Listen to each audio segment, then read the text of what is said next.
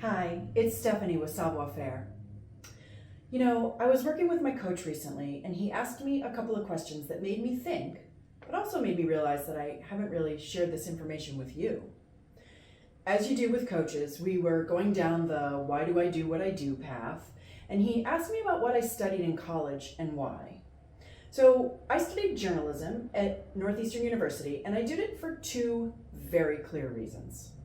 Number one, in fourth grade, we were being handed back an essay by the teacher, and she put mine on my desk and she said, "Who taught you how to use a comma?" And I said to her, "What's a comma?" But I had used it right in the essay. So writing just came very naturally to me. The second reason I chose Northeastern University was because of the co-op program. I have a very distinct memory. I think I was 14 or 15. I was sitting in the breakfast nook at my parents' house, and my dad was a lifelong subscriber to the Globe, so it was always in the house. And I have this very clear memory of saying to myself, I want to write for the Boston Globe. Not just newspapers, but the Boston Globe. And not just anything, but I wanted to write features in the living arts section. Well, why did I want to write features? I thought that it would be fun to go deep on a topic and make sense of something for a reader.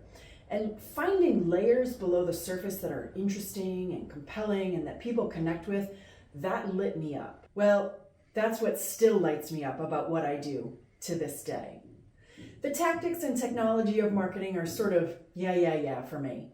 That's how the job gets done. But what is the job really? Understanding the story of the company is what really drives me.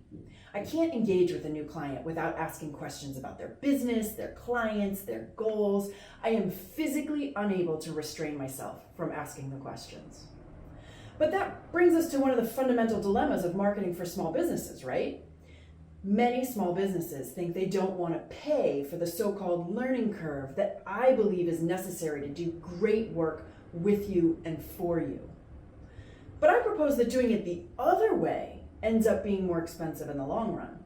The misalignment, the almost but not quite right projects that need to get sent back for adjustment.